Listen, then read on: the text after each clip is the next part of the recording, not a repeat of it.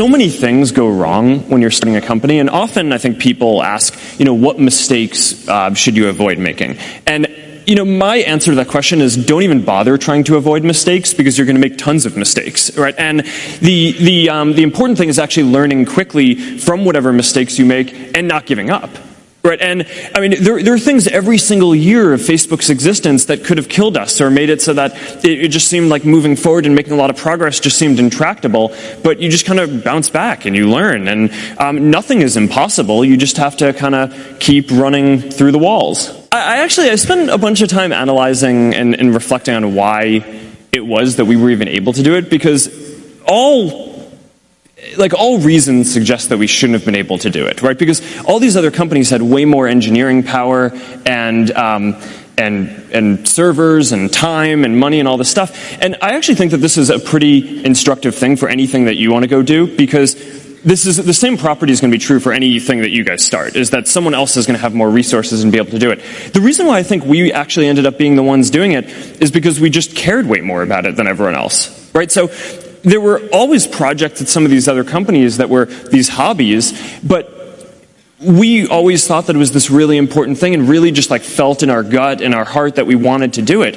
And early on there were always these skeptics saying that, this can't be a business. We didn't actually care that much about it being a business early on, but a lot of the reason why bigger companies didn't invest in it was because it wasn't clear that there was a model that would work for it. It seemed like a bad idea. Yeah, and I actually think that that's true for a lot of the best ideas, where it is that it's not that someone else can't do it, they actually can, and the odds are stacked against you, but I think often that belief in the fact that you just care so much about what you're doing is the only thing that kind of drives you to do it. And, to be honest, that kind of drives me to this day. I mean, one of the big emphasis points for the company right now is internet.org. And, for a while we had this rallying cry of, can we connect 1 billion people? And, when we started talking about that, we thought that was crazy, right? It was way bigger than any service in the world that had been built. And, it was 10 digits long, right? It's like it felt crazy. We'd never get to that. But then the thing is, as we started to actually get closer to that, we took a step back and we're like, all right, well, our mission isn't actually to get 1 in 7 people in the world to be connected. It's we want to connect everyone. So it's a big issue that only around 1/3 of the people in the world have access to the internet, and that's something that we think that we can do something about. And similar to early Facebook, there's no business model around this. I mean, all the people who have all the money in the world, I mean, it's not necessarily a fair thing, are already the people who are on Facebook, right? It's in the first, 1/7 of the world. But we just believe really strongly. It's like, this is what we are here to do. This is what our company cares about. I care about it. The team cares about it. Our culture cares about it. So we're just going to keep pushing on it. And I actually think a lot of the reason why great stuff gets built is because it's kind of irrational at the time. But so it kind of selects for the people who care the most about it doing it. One definition that I have for a good team is a group of people that makes better decisions as a whole than would individually make as a sum of the parts. And I think most smart people like learning, right? And I mean, that's one of the thrills of starting a company, right? Is the learning curve can be so steep. And if you can set up a team dynamic where you're constantly learning from the people around you, then I mean, what's better, right? It's these are the people I wake up every morning and I want to go learn from and work from. Is that one of your heuristics for hiring people too, to hire people that you learn from? Yeah. And when building a team, you want to think about the dynamics, so that way you can maintain this property that the team makes better decisions as a group than any individual would. I always kind of I get a little upset whenever any media attention focuses on me personally and me leading Facebook, much less a movie. It's been kind of a bad year, hasn't it? It turned out okay. Time Academy. It turned out good. The time thing was awesome. That was really flattering. But I think that it's one of these things that the media systematically gets wrong, is that this idea that it's a person, right? It's never a person, right? It's always a team. And the most important thing if you are an entrepreneur trying to build something is you need to build a really good team. And that's what I spend a lot of my time on, right? I mean, I spend probably at least 3 hours a day with our core team, right, and doing things. I spend probably 25% of my time recruiting, finding good people, both outside the company and inside the company, to put in more impactful roles. So there's this inherent conflict in the system, though, which is, are we trying to optimize newsfeed to give each person, all of you guys, the best experience when you're reading? Or are we trying to help businesses just reach as many people as possible? And in every decision that we make, we optimize for the first, for making it so that for the people who we serve, who use Facebook and who are reading newsfeed, get the very best experience that they can. And that means that if a business is sharing content that's going to be useful for them, then we'll show that. But that means that if the business is sharing content that isn't going to be useful for them, we may not show that, because it's probably more important that they learn about their friend who had a baby and their baby is healthy.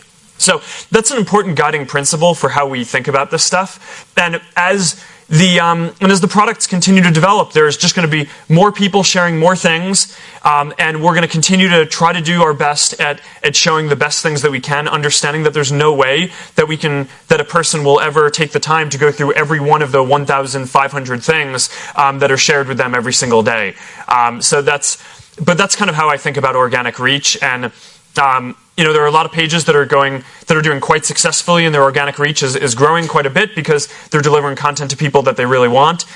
So if you're a business owner and you're thinking about how to use your free page on Facebook, I would just focus on trying to publish really good content that's going to be compelling to your customers and the people who are following you.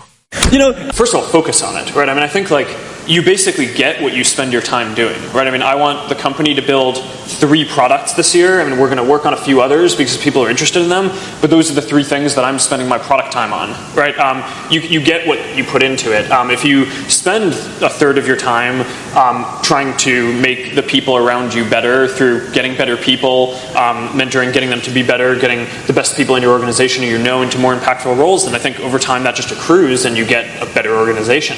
We've had this tradition for, probably 7 or 8 years at the company, where every week we have a Q&A where our employees can come and ask me any question that they want about what's going on and what the direction of the company is, or questions or things that they read about in the press, or that their friends who use the product, what they're asking them. And it's been this really important tradition for us, both because we really believe in openness and communication, and that's kind of what Facebook is all about. But it's also really important for me and for running the company to be able to get feedback, right? And to be able to learn what's on people's minds, what our employees and folks who are part of our team are thinking about, and just kind of a lot of the time there are good questions that people ask that change the way that we think about what we're building and what we're here to do in the world, and that often make us go think and reevaluate how we should be approaching different problems. I don't hire people who I wouldn't work for myself. I think that's a really good heuristic, because everyone knows this, there's this saying A players hire A players and B players hire C players, which is good people hire good people. Yeah. And I don't think that's that informative, right? Because what are you going to say? To someone in your organization, hire better people. Player, you don't get to hire people. No. And I think a lot of the time the problem is you don't actually know. Sometimes you're trying to figure out how good someone is. If you didn't think they were good, you wouldn't have hired them. But the heuristic of only hiring people who you would work for tends to be pretty good, I think, because then it's then that right? It's I would not work for this person, then okay, I'm not going to stretch just because I need to fill a role today. When you're starting something, it's but the students around me were really important as well, right? And both in high school and in college, the people who started Facebook with me, and a lot of the people who are still with me running the company today, are people who I met when I was at Harvard, and some of them were my TFs at Harvard, right? And when the professors were off writing papers, these were the people who actually taught me, and then we hung out, and we had social bonds and academic bonds, and I wouldn't understate the importance of that. And it's very tied into my whole philosophy and the product that I spend my life building, Facebook, because we just believe that social bonds are critical. And one way that I think about the value that Facebook is filling in the world is that you go through school, and at least when I did, people just focused on academics, achievement, different areas. And one of the things that no one really ever taught me was having friends is really valuable. Now, not that I didn't have friends, but although the movie, yes. It could seem that I did. That first girlfriend.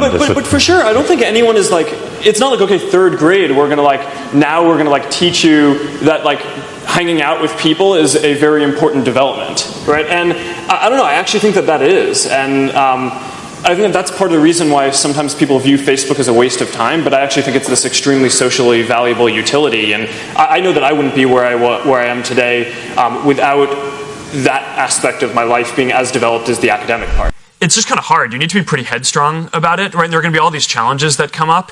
And I think the main thing that you need to do is just not give up, right? And kind of know what you want to do. And the best entrepreneurs who I've met don't really start companies because their goal is to build a company. They do it because they want to make a change in the world and help people. And I think if you kind of stay true to that, and if you just focus on kind of powering through no matter what the challenges are that will inevitably come up in your path, then you'll find that there are lots of tools that are available and a lot of people who will help you build what you're building.